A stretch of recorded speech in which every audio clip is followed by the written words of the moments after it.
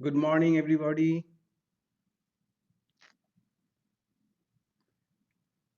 Is my sound clear? Yes, it's clear. Good morning. Good morning, and the transmission is all right? Picture quality? Yes, everything is very good. Okay, thank you.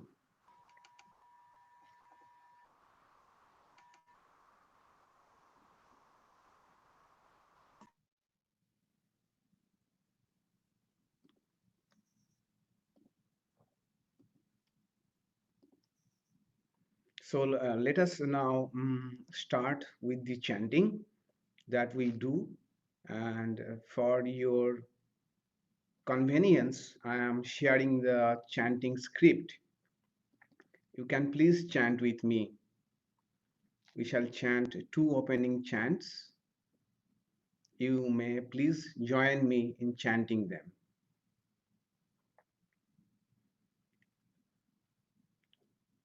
ॐ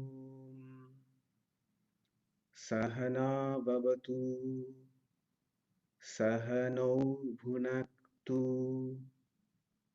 सह वीर्यं कर्वावहै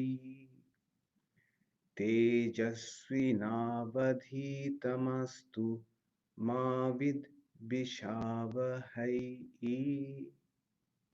ॐ शान्ति शान्ति शान्तिः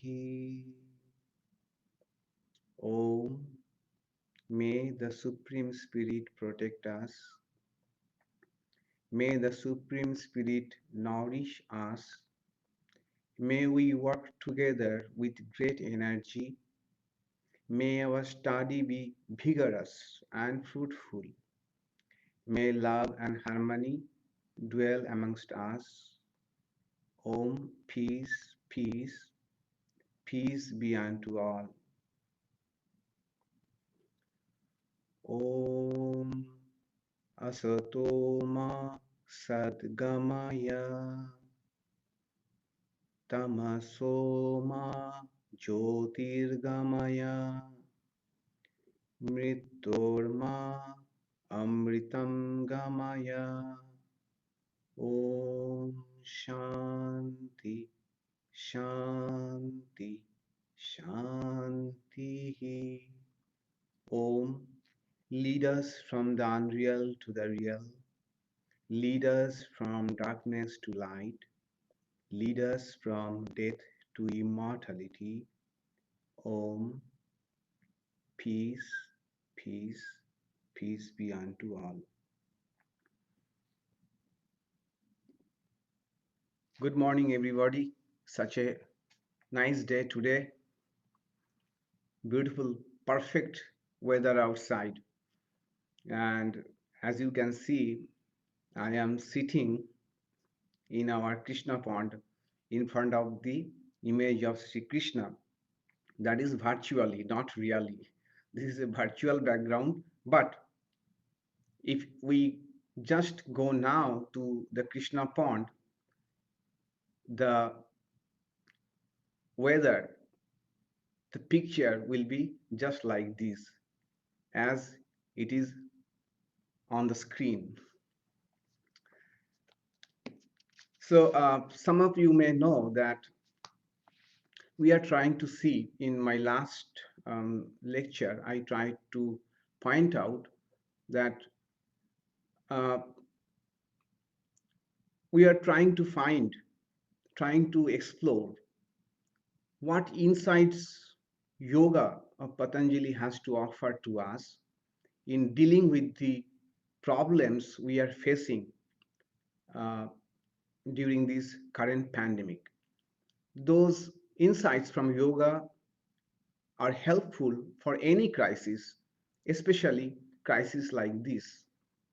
And as I mentioned in my last lecture, that problems are many. We are facing many problems now, but mostly three problems stand clear or stand supreme, stand uh, most important during this pandemic. And these problems, two of them I dealt with in my last lecture. One was the problem of infodemic, problem of misinformation, wrong information, and problem of abundance of information that we are flooding with every day, and how to uh, make sense of all of them, and how much of them we should believe. That yoga epistemology had some insight to offer in that yoga said that the valid means of knowledge is believing the trustworthy source of knowledge. Otherwise, misinformation is viparya, which leads to suffering only. I'm not going into details about that, but because I dealt in details in my last lecture. Then another problem, the problem of uncertainty that we are facing now, uncertainty in many respects, when the uh, economy will open, and what about how it will open, what are the risks even if it opens, and when there will be a vaccine available. Lot of uncertainty. No one has a solid grasp or grip over these uncertainties. And we saw that yoga ontology or yoga metaphysics has something unique to offer in this sense. Yoga says that this world, this universe, which is nothing but permutation and combinations of three gunas, sattva, rajas, and tamas. And the nature of the gunas are that they are always unstable. They always keep on changing. Nothing is stable in this universe. So they are unstable and they are unpredictable. So uncertainty is the nature of this universe. But yoga also says that among these all uncertainties, there is one certain things, that is our consciousness, the conscious principle, that is always certain, and that is what we should try to get hold of, try to touch that certainty that is deep within us, that does not change even with the changes, even with the even with the uncertainty that universe is by its very nature. Today I shall talk about another problem that we are facing now, and what yoga axiology. Axiology means the branch of philosophy which deals with values or practices. Okay, we have understood from epistemology that how to gain knowledge, true knowledge. From ontology, we get the knowledge of what is real. But now, what we should do, what practice we should do so that we can realize the claim of the metaphysics or ontology, that is the domain of axiology. And so today I shall take up yoga axiology and what yoga axiology can offer us when it comes to dealing with the problem of loneliness and boredom that we are facing to some extent during this crisis. And one of these practices, which I shall come in a moment, also has a solution in it in dealing with uncertainty. So, the practices that we shall discuss today will help us to deal with the problem of loneliness and boredom as well as uncertainty. And let us see what yoga axiology, what insight yoga axiology has to offer us in that respect.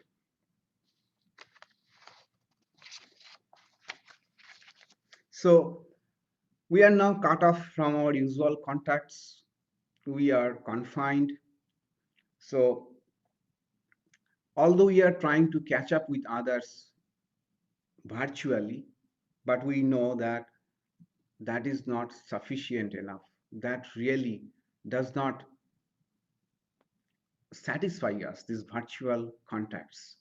So the problem of cutting off from others, being cut off from others physically, has given us a sense of loneliness. And this is more those who live alone, those who are already lonely, they are facing these problems a bit more than rest of us. And because of this loneliness, there is also the problem of boredom. What to do with the time that we have, so much time that we have now, what to do with that? So a sense of lot of time and not anything meaningful to do makes the problem of loneliness and boredom more acute. How to deal with the problem of loneliness? For that, let us remember that situations like this, where confinement or isolation is much more stringent, much more difficult than what we are seeing now, in those kind of situations, what successful people have done. Mihai Csikszentmihalyi wrote a phenomenal book called Flow, The Psychology of Optimal Happiness. And in that book, he gives examples of many prisoners and survivors of many concentration camps who were living in appalling conditions and severe isolation. Some of them were in severe isolation, a cell of a prison, but how they could overcome the problem of loneliness. Not only they could overcome problem of loneliness, but they really utilized those, those that loneliness. He gives many examples that how many of them used to play chess imaginarily, how some of them used to play golf imaginary in their mental space. They used to play golf. Some used to translate poems from one language to another language, even though they did not know much of that other language. That is how they constructively engage themselves. So, the, the problem of loneliness can effectively overcome by structuring our time. Structuring our time that is in our possession. We know that the story of Sri Aurobindo, the great philosopher of India, and during British rule, when he was put to solitary confinement, he writes about them. My experience of prison days. He not only utilized the loneliness to study his mind or trying to get joy from simple things like a, a sight of a tree that was just outside his cell that he could get a glimpse of, but he writes that he felt closer to God in prison than anywhere else. All those things just go to show that the loneliness can be best dealt with by structuring our time, by organizing our time around some meaningful purpose. Unstructured time is a great enemy because many studies have shown us that you will be surprised to know that 70% of our thoughts are negative or useless, redundant or negative, because that is our default mode of our mind. Our mind, if not engaged in anything, keeps on ruminating over things and keeps on worrying, becoming anxious about future or thinking about things went wrong in the past. 70% of our thoughts in a day redundant or negative in nature. So in our usual time, that by that I mean we are not in a lockdown like situation like this, we all have a structure in our life that is imposed by our job, by society, by our commitment, and things like that. So we don't feel this loneliness and this problem of unstructured time at those times. But when now most of the things being not available to us because we are not able to go out much and we are not required to do as much as we would like to do, our time is unstructured. So the best thing to deal with loneliness and boredom is to structure our time with valuable things, with meaningful things. But by that, spiritual aspirants should mean that not only to structure their time meaningfully, but how to structure this time in such a way that contribute to spiritual growth, how to utilize this loneliness, this availability of time for our spiritual growth, what practice we can do.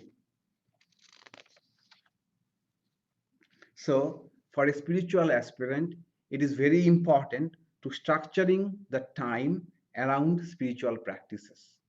And we know that there are several spiritual practices prescribed by Vedanta, even prescribed by yoga. Most of you probably know about Ashtanga Yoga, the most common known spiritual practices recommended by Patanjali, eight limb yoga. So there are several types of practice. When we read Bhagavad Gita, we see that there are so many types of spiritual practices and what to do, what not to do. So one of our senior Swamis gave me a very nice suggestion when I was novice. He said that, look, there are so many spiritual practices, but all of them are important, all of them are valuable, but some of them become more important, more valuable than others depending upon situations. In every situation we are put into, if we look carefully, there will always will be some spiritual practice which will be more suitable for that occasion. So there is a saying that goes that every problem has a spiritual solution. We only need to know which spiritual practice we should do. If we can only choose the right sadhana, right spiritual practice, every problem has a spiritual solution. So, as I said, yoga has itself, forget about Vedanta, forget about Karma Yoga, forget about Jnana Yoga, forget about Bhakti Yoga. Even the yoga of meditation, Dhyana Yoga, or Patanjali's Yoga Sutra has several spiritual practices to recommend, spiritual practices it recommends to the aspirants. highest type of spiritual aspirant, Patanjali Yoga Sutra speaks about two practices, abhyasa and vairagya, practice and renunciation. That is for the highest type of spiritual aspirant whose mind is naturally focused, samahito chittasva. So, most of us are not in that category. Most of us are not. We are, according to Patanjali, buddhita chitta, means our mind is naturally flowing outward. And for this type of mind, Patanjali Yoga Sutra starts in second chapter. It starts with practices, three types of practice, three practices together. Patanjali terms them kriya yoga. Kriya. Kriya means do, do something. So these three practices you should do. Kriya yoga. And this is for, according to Patanjali, the uh, type of spiritual experience most of us whose mind is not very focused. Most of us, our mind sometimes focused, sometimes not focused. For them, Patanjali recommends this Kriya Yoga. This Kriya Yoga consists of three spiritual practices: self discipline, self study, self surrender. In Sanskrit, they are called tapas, sadhaya, and ishara pranidhana. Let us take one by one. Tapas. So many of you have heard the term tapas. It is translated as austerities. So, but tapas has different connotations. Simply, it means us disciplining ourselves, disciplining ourselves. So by nature, our mind and our body seeks pleasure. Too much of indulgence is pleasure is not good. So every spiritual tradition would speak about some amount of self-discipline.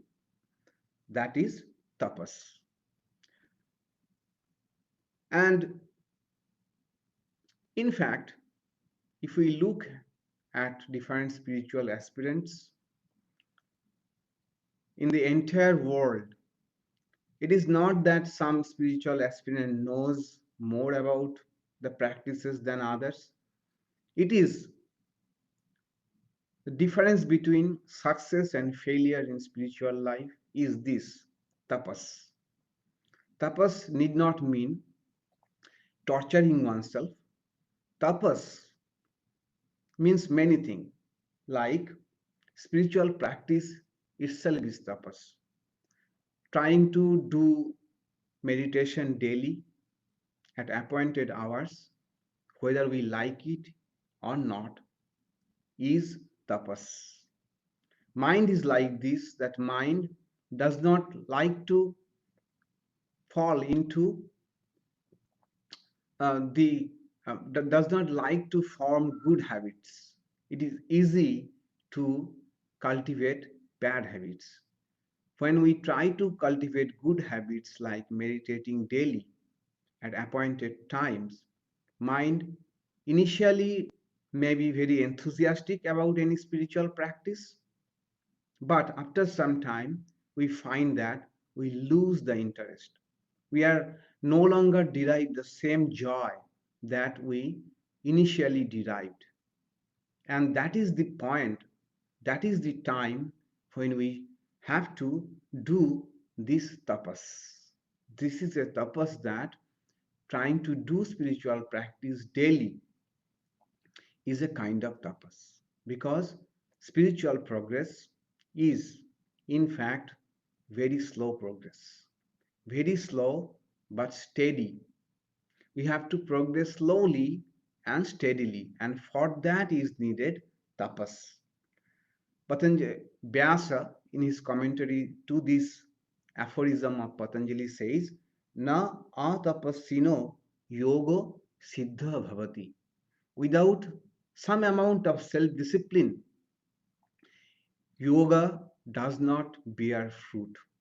Howsoever we may read, howsoever deep we may go, but without some self discipline, this yoga does not bear fruit. Success does not come. So, in fact, all of us know that some form of austerity, some form of discipline, some form of denial is needed to be successful in every field, even for a writer, even for a poet. They have to struggle a lot. They have to, it is not that everything is so pleasant for them. They also have to, good writers, meaningful writers, they also have to do lot of tapas in their field. So success in any field, so also in spiritual field, depends upon tapas, self-discipline. But at the same time, it should not be punitive. It should not be torturous. Vyasa says, as also Gautam Buddha said, there should be a golden path, the middle path, not too much of luxury, not too much of torture. There should be something in between, which does not disturb the mind. That is called tapas. That we should not we should there should be a moderation in this practice also. I have seen many people who whose lifestyle will be labeled by us as austere, Spartan, but they are very happy. They are very happy people. So tapas does not mean it's a torture on body and mind, and it does not mean something unpleasant. But if it is done with a proper perspective and proper moderation, it can be source of great joy. So this period of isolation, this in this period of isolation, trying to live in isolation is itself a tapas. The mind, which is naturally extrovert, naturally try to be involved in many things, some of which involvement is not necessary at all, but mind by its very nature tries to be involved with. This is an opportunity, this isolation is an opportunity to discipline the extrovert mind. So trying to live in isolation, cut off from our usual contacts to some extent, is itself a tapas. Then, under this present situation, we are forced to live with minimum necessities. The things that we feel at other times are essential, now we feel that we can do away with them. We are trying to live with basic minimum things. That is also a form of tapas. That is also a form of austerity. As one of our devotees was telling me that now when I go to do the grocery, before before reaching out to a product in the aisle, in the shelf, mind thinks twice. Do I really need it? Do we really need it? So that is a kind of tapas, minimalism, living with minimum necessities. So this situation has forced us, rather I would say has given us an opportunity to do this tapas, to do this self discipline, to live with minimum, live with the minimum things that we can live with. Last week I was reading in New York Times a Arthur C. Brooks, who teaches a course on happiness to the MBA program of Harvard University Business School. He has written an excellent article, The Three Equations for a Happy Life, Even During a Pandemic.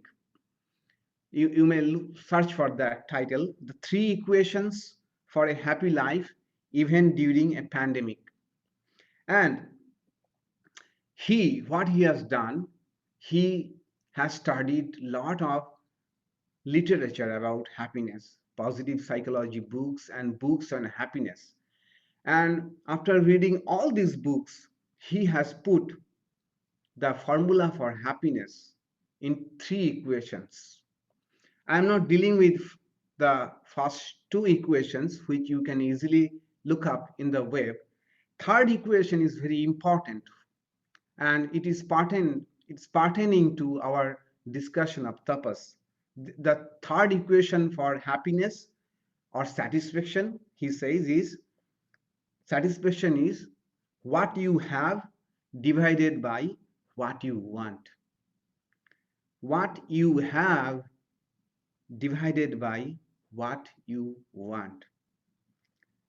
And he quotes Spanish Catholic saint Jose Maria, who said that don't forget it. He has most who needs least. Don't create needs for yourself.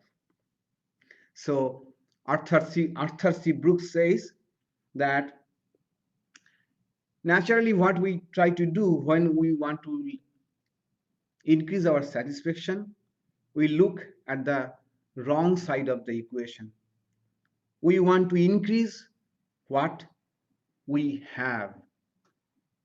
We point out to the instead of that, that part of the equation of what we have, he says that try to look at the denominator of the equation, which is what you want. So if we can reduce our need about what we want, then we can be we can derive satisfaction. And the problem with increasing what we have is that is a hedonistic treadmill that will never going to increase, in fact, our satisfaction. The more we have, the more want there will be. So he says that the equation 3 is little easier for us now in our normal, easier than normal during this isolation, because now our expectations have also fallen, and also our physical ability to meet them has also gone down. Can we now find a way to continue this when the material world begins to beckon again? So, tapas, to live with bare minimum necessities, is also a secret for happiness.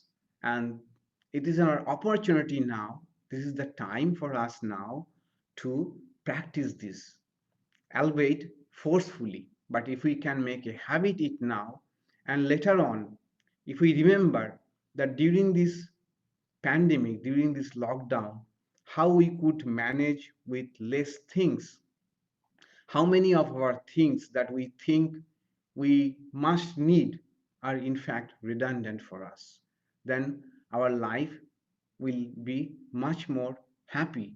It will be much more satisfied life. Then adjusting with this new normal that we are seeing now is also a tapas. That what we took for granted earlier is no more so. So adjusting ourselves with this new normal, like doing work from home, attending schools online, and things like that. These new normals, adjusting to the new normals, is itself a tapas. Patanjali says that there is a byproduct of tapas. Tapas, if done rightly, with right motive and earnest, with right understanding, it gives to us vibhutis or powers. But we are not interested in vibhutis and powers. What it means is that if we start controlling our sense organs, our needs, then what we see that there is a development of power, especially our willpower. Our body, mind, organs want many things, and if we can deny them, some of them, it goes a long way to increase our willpower. For example, one of our Swamis, he was a world-known speaker, Swami Ranganathananda. He's a world-famous speaker. So when asked what is the secret of his oratory and why his speech is so powerful, he said that because he practices silence every Thursday. Not only that, every year for one entire month, he will retire to Haridwar, in our ashrama in Haridwar, and won't talk to anybody for a month. He says that gives him the power of speech. When speech is controlled, we gain power in speech. Whatever we speak becomes powerful. Likewise, in anything, if we exercise our self control, we would see that we gain a great power in them. For example, if we are if we if we try to live with the present circumstances, the hardships that we are facing now, with the spirit of tapas, what will happen? It happen that in future, in future, we will not be afraid to face uncertainties. Usually, in little uncertainties throw us off balance. Little bit of hardship make us anxious. But if we can practice the tapas of living with how we are living now, then we shall develop immense power to face hardship in future too. That is a byproduct of tapas. Having said that, let us come to the second spiritual practice called self-study. In Sanskrit, that is called sadhaya. So sadhaya literally means self-study. It has got three connotations, however. Number one, reading holy books. Reading books which speak about holy things or our true nature, how to grow spiritually. Books like this is Swadhyaya. And what to read? Several things are there. Those who would like to read scripture, I would recommend, why not take a um, set a goal like I shall read the important chapters of Bhagavad Gita thoroughly. Not only read them, I shall assimilate them. I shall memorize the verses, need not be in Sanskrit, maybe in English too. And these four important chapters we can take: chapter 7, second, chapter 6th, chapter 12th, chapter 17th. 2, 6, 12, 17. Let us take a vow that as long as the lockdown continues, we shall we shall study these chapters And even when the lockdown opens, we shall continue to, if we have not completed them, and try to memorize the important verses and implement them, practice them in our life. This can be a sadhya, very important sadhya. Secondly, those who are not so much, I would recommend them to read 3 chapters from the book Sri Ramakrishna and his Divine Play. These 3 chapters, if we can read, most of the doubts of spiritual life will be resolved. But these chapters require great attention.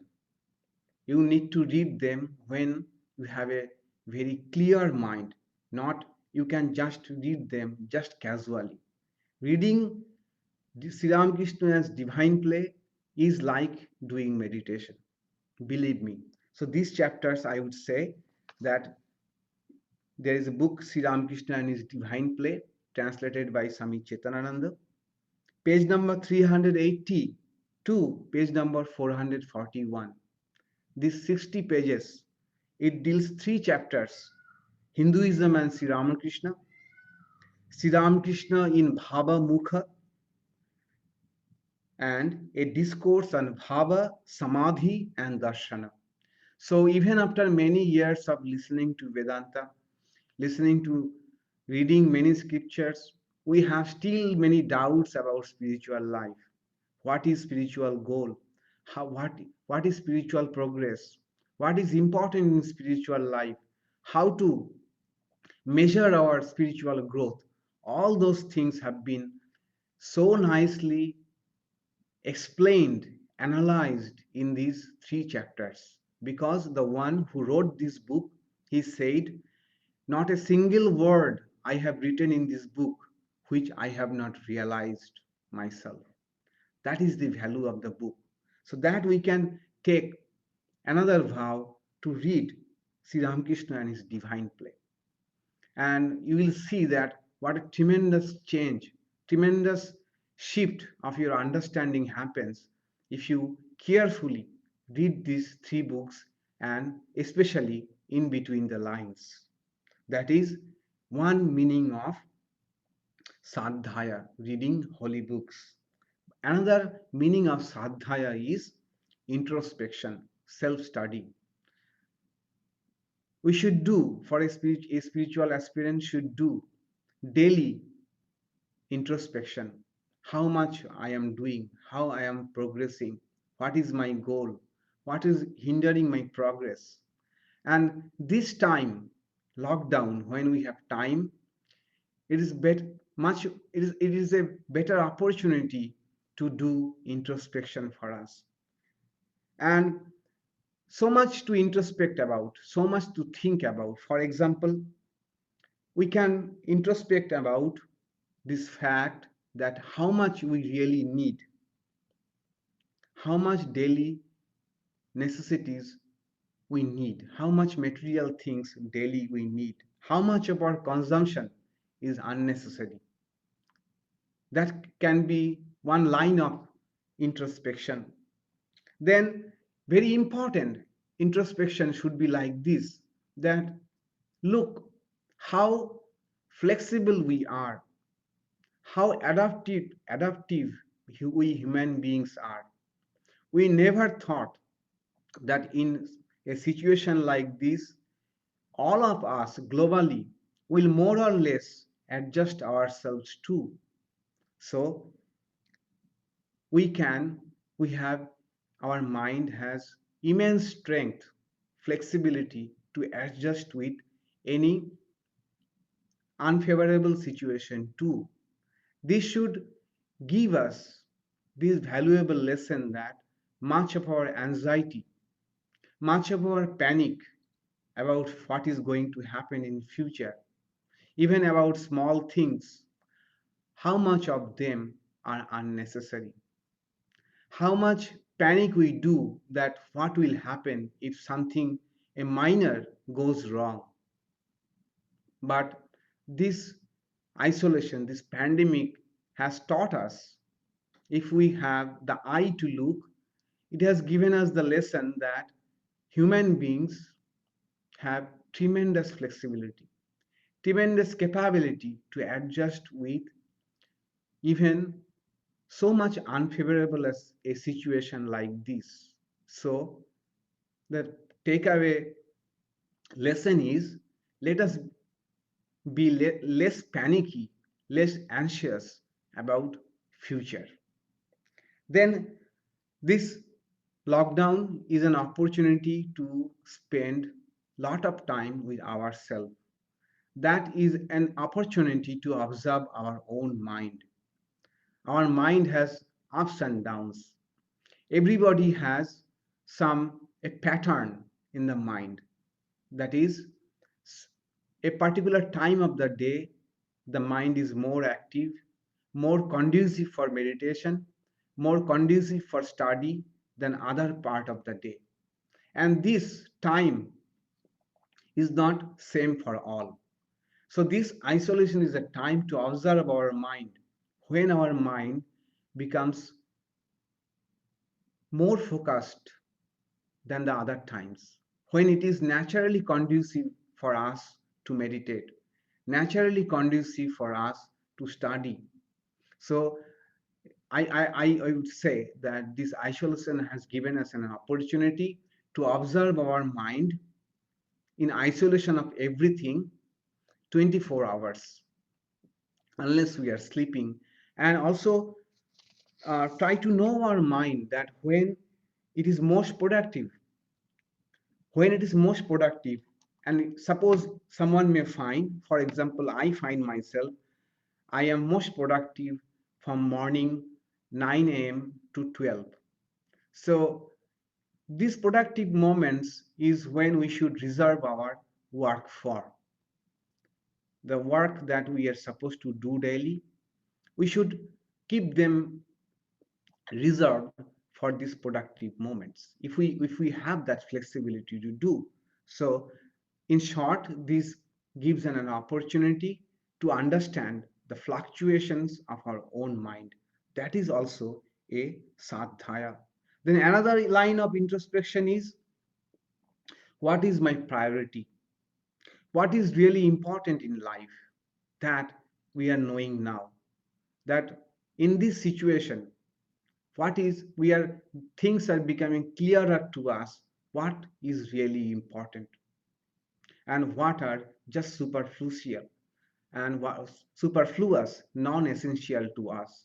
It's an opportunity to find them out, analyze them out, and also try to introspect about that, what is happening about my spiritual life, what about my spiritual goal, and why I am not making progress if I am not, and what is going wrong. This kind of introspection is part of sadhya too, and this lockdown has given us more opportunity than usual time to do this kind of introspection. So we have discussed two spiritual practices so far: tapas, self discipline, and sadhya, self study. Now, the third one is Ishara Pranidhana, self surrender to God. It also has got several meaning. One of the meaning is making God the center of our life. That is, trying to live a God centric life. That is always important, to lead a God centric life.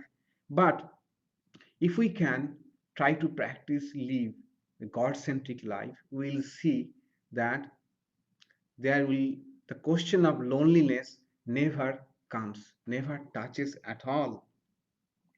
I have seen a few monks in my life who used to live a God centric life. There are many, but some of them I had a chance to see very closely. One of them was an aged monk. He used to live in a room which is solitary, which is far away from the monastery. He used to live alone, and minimum possessions, secluded, but he is always engaged in either prayer or japa or study of books or chanting or praying or even talking to the pictures of deities that he has. And being in his presence, I cannot tell you enough, I cannot make you understand it, that how, what a joy and peace it was to be with him, because he had a God centric life and he used to radiate joy and peace around him. So, seeing him in the beginning, I found how he can live lonely, alone. But when got a chance to look at him closely, in fact, he never felt he was lonely. In fact, he was happy to be lonely. He never had any problem with how to spend the time. Rather, he had the problem with not enough time to spend with God. Such can be the beauty of our life if we trying even a little bit of God in our life. Even a little bit of God centric life will help us a lot to counteract the problem of loneliness that we suffer time to time, usually, and more in a situation like this. Then another meaning of Ishwar Pranidhana is self-surrender. Surrendering and self-surrender means surrendering not only all our actions but also all our worries, our anxieties, our uncertainty to God. And that's a practice.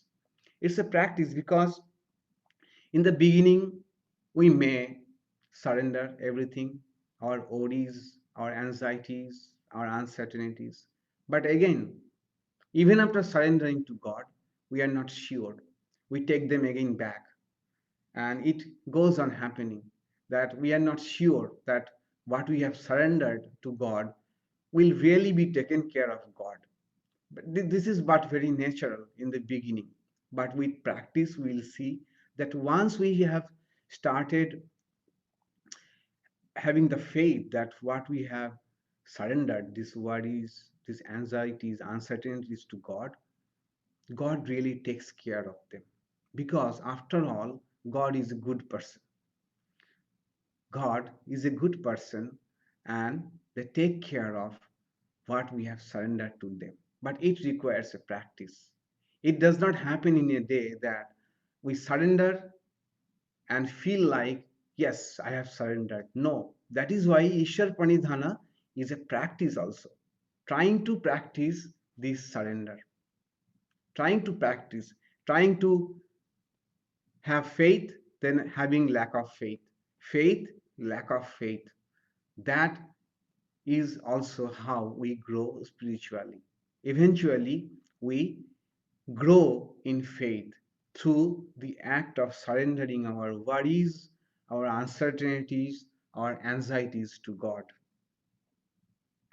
Third meaning of Ishwara Pranidhana is being content with whatever situation God has put us in.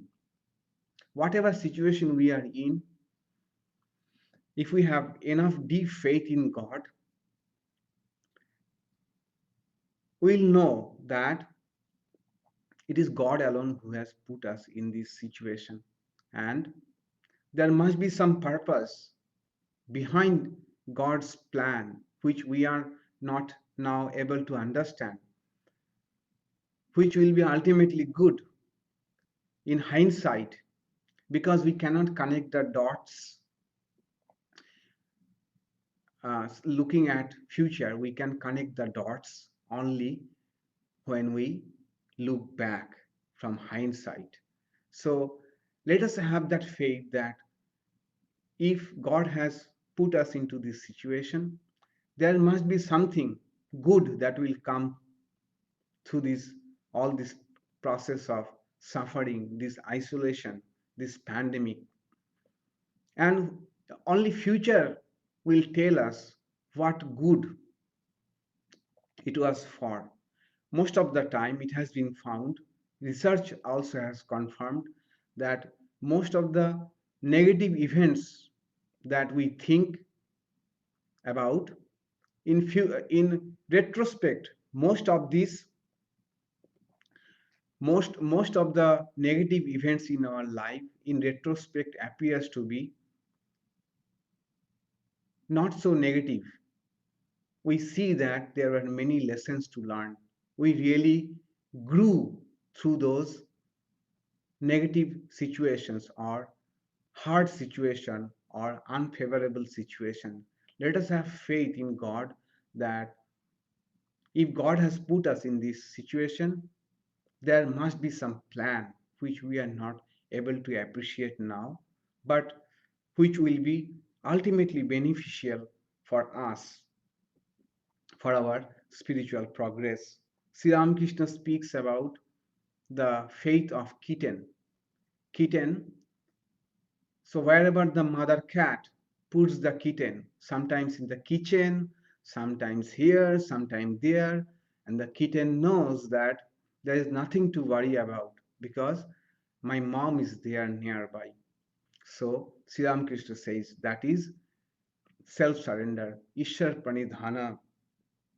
And also many hard research have confirmed that those who have faith, even some degree of faith in God, they are much better in dealing with uncertainties of life because they have a framework, they have a rubric, they have a lens to through which they see these uncertainties. They know that even in these uncertainties, there must be some plan of God which is going to unfold for us. We don't know. So, even psychological research has found that having some degree of faith in God is much helpful in dealing with the problem of uncertainty. So, an importance of surrender to God is Patanjali says that from surrender to God, from faith in God comes the highest goal of yoga. He says, Samadhi Siddhi Ishwara Pranidhanat. So, Samadhi, total absorption, meditative absorption, which is the goal of yoga, comes from Ishwara Pranidhana alone. Those who have studied Patanjali Yoga Sutras, they know how difficult, even conceptually, the idea of samadhi, the criteria, the qualification for samadhi is high enough, very, very high. And we know even meditation, dhyana proper is so difficult, how difficult samadhi is. And Patanjali says that through devotion to God, samadhi becomes possible. So, in that case, self surrender or Ishwar Pranidhana is a singular practice, most singular practice among all practices. This is the practice of all practices. All the practices of yoga becomes subservient to this single practice called Ishwar Pranidhana, surrender to God.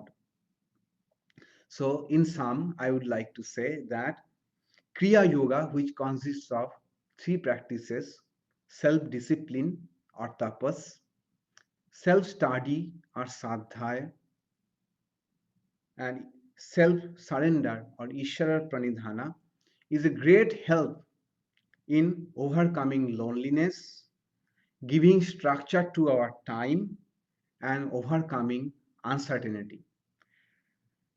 We may choose any of these practices, two of them, three of them, and utilize this time of isolation through these practices for our spiritual growth.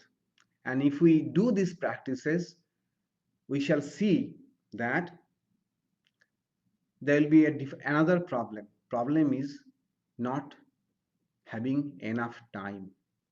If we are having time which makes us feel lonely, if we engage ourselves in these practices, we shall see that we shall run short of time. Not only that, we shall contribute to our steady spiritual progress. We shall make small but steady spiritual progresses. Even a little of these practices has far reaching effects. Sri Krishna in Bhagavad Gita says, Salpam api dharmasya trayate mahato bhayat. Even a little bit of practice, even a little bit of spiritual practices save us from great difficulties, great danger. So this pandemic, this isolation will be over soon, but there will be crises again and again, small, different types. But what we can do is if we can make some spiritual progress steadily, then even in future crises, we shall be saved from our difficulties. With this, I conclude my speech and I shall open the discussion now for questions if you have any.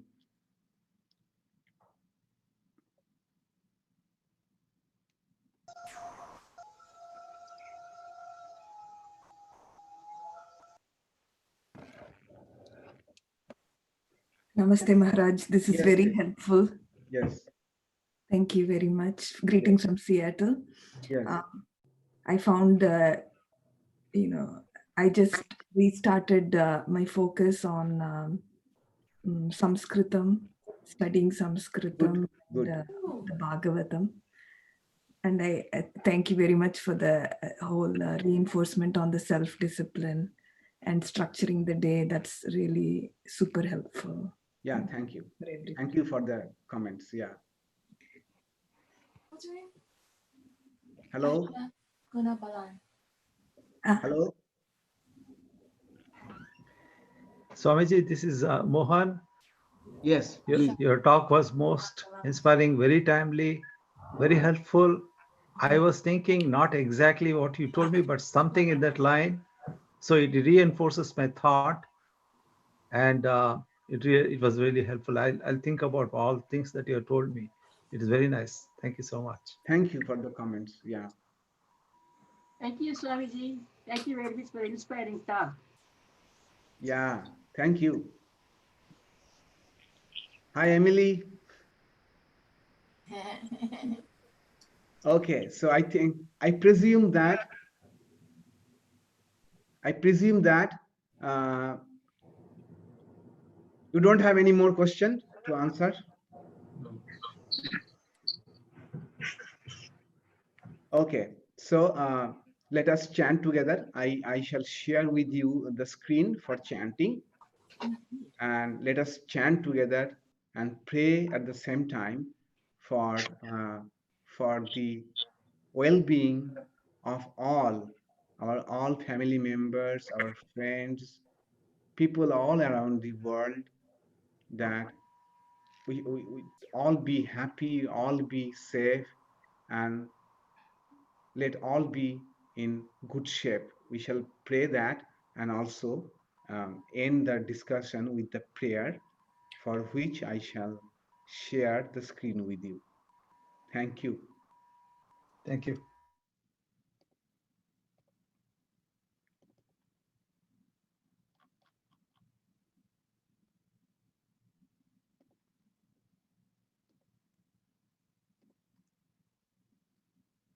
So join me in the prayer.